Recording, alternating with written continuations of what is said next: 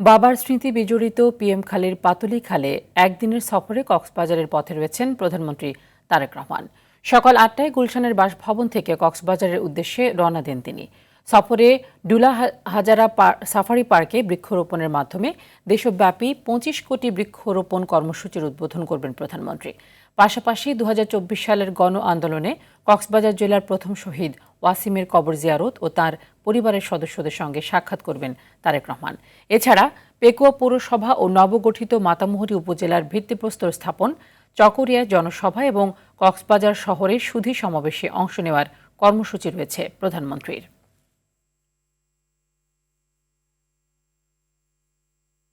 দর্শক, এই মুহূর্তে কক্সবাজারের পাতুলি খাল এলাকায় রয়েছেন সহকর্মী মাইদুর রহমান রুবেল। সরাসরি যুক্ত হচ্ছি তার সাথে। রুবেল, কক্সবাজারের প্রধানমন্ত্রীর সফরে বিস্তারিত জানাবেন এবং প্রধানমন্ত্রীর আগমনকে ঘিরে নেতাকর্মীদের মধ্যে উচ্ছ্বাস কেমন দেখছেন?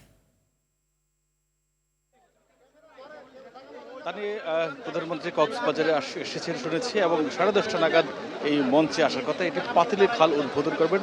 এই খালটি তারেক রহমানের পিতা শহীদ রাষ্ট্রপতি জিয়াউর রহমান যে খালটি খনন করেছিলেন, সেই খালটিকে পুনঃখনন করার জন্য আসছে এই পর্যটন নগরী কক্সবাজারে আসছেন প্রধানমন্ত্রী তারেক রহমান। এবং আপনি জানেন যে আজকে দিনভর নানা কর্মসূচি রয়েছে এবং সকাল থেকেই মুষলধারে বৃষ্টি হয়েছে। এখন বৃষ্টি কিছুটা কমলেও বৃষ্টির মাত্রা এখনও সেই অর্থে কমেনি। আমরা দেখেছি যে এই মঞ্চের সামনে যে নেতাকর্মীরা এসেছেন সবার মাথায় ছাতা এবং সবাই বৃষ্টি উপেক্ষা করাই প্রধানমন্ত্রী তারেক রহমানকে এক নজর দেখার জন্য অপেক্ষা করছেন। সমুদ্র তীরবর্তী এই জনপদের বাসিন্দাদের নানা অভিযোগ রয়েছে, অনুযোগ রয়েছে, তাদের বেশ কিছু দাবিও রয়েছে। তারা যেটি বলছে যে এই পর্যটন নগরী কক্সবাজারে আসলে এই এলাকার মানুষের জীবন মান উন্নয়ন, একই সাথে এই এলাকার মানুষের কর্মসংস্থানের বিষয়গুলি তারা আসলে তা উঠে তুলে ধরবেন। এবং প্রধানমন্ত্রী বাংলাদেশের নির্বাচনের আগে যখন সমাবেশ করছিলেন তারেক রহমান তিনি তখন বলেছেন যে সব খাতকেই আসলে সমান গুরুত্ব দিয়ে আসলে তারা কাজ করতে চায়।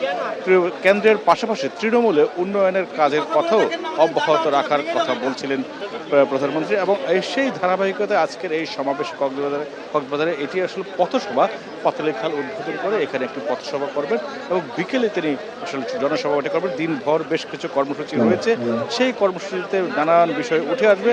তবে এই সমুদ্র তীরবর্তী এই জনপদ কক্সবাজারে মূলত যেহেতু এটি পর্যটনের নগরী, পর্যটন বান্ধব করে তুলে ধরা হবে এমনটাই প্রত্যাশা এই এলাকার বাসিন্দাদের। এবং আমরা এটি দেখেছি সকাল থেকে বৃষ্টি উপেক্ষা করে দলের নেতাকর্মীরা ছাতা মাথায় দিয়ে মূলত এই মঞ্চের সামনে অবস্থান করছে। নিচে পানি, উপরে ছাতা, আসলে মানুষ অনেকটাই নেতাকর্মীরা ভিজে কাক ভেজা হয়েই মূলত তারা অপেক্ষা করছেন তাদের দলের প্রধান অর্থাৎ প্রধানমন্ত্রী তারেক রহমানকে এক নজর দেখার জন্য।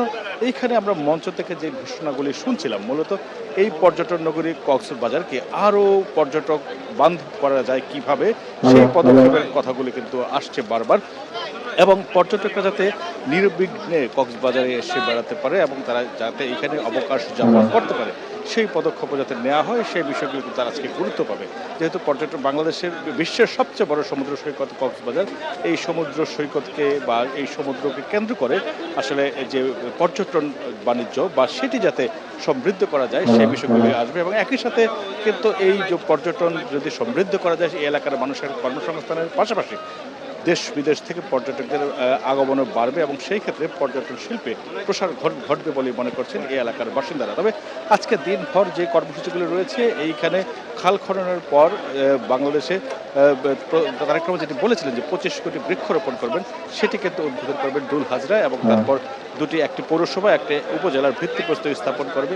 এবং দুপুরে স্বরাষ্ট্রমন্ত্রী সালাউদ্দিন আহমেদের বাসায় বিরতি নেবেন, সেখানে মধ্যাহ্নভোজ করার কথা রয়েছে প্রধানমন্ত্রী। এবং তারপর কক্সবাজার বাস স্ট্যান্ডে মূলত বড় সমাবেশটি, রাজনৈতিক সমাবেশটি হবে এবং তারপর তিনি সমুদ্র দর্শনে যাওয়ার কথা রয়েছে। এই সমুদ্র দেখে তারপর তিনি সুধী সমাবেশ করে ঢাকায় ফিরবেন রাতে। এই ছিল আমার কাছে কক্সবাজার থেকে সবশেষ খবর। তানি রুবেল, যুক্ত থাকুন, নিশ্চয় পরবর্তী সংবাদে আরো কিছু তথ্য আপনার কাছ থেকে জানবো। ধন্যবাদ আপনাকে।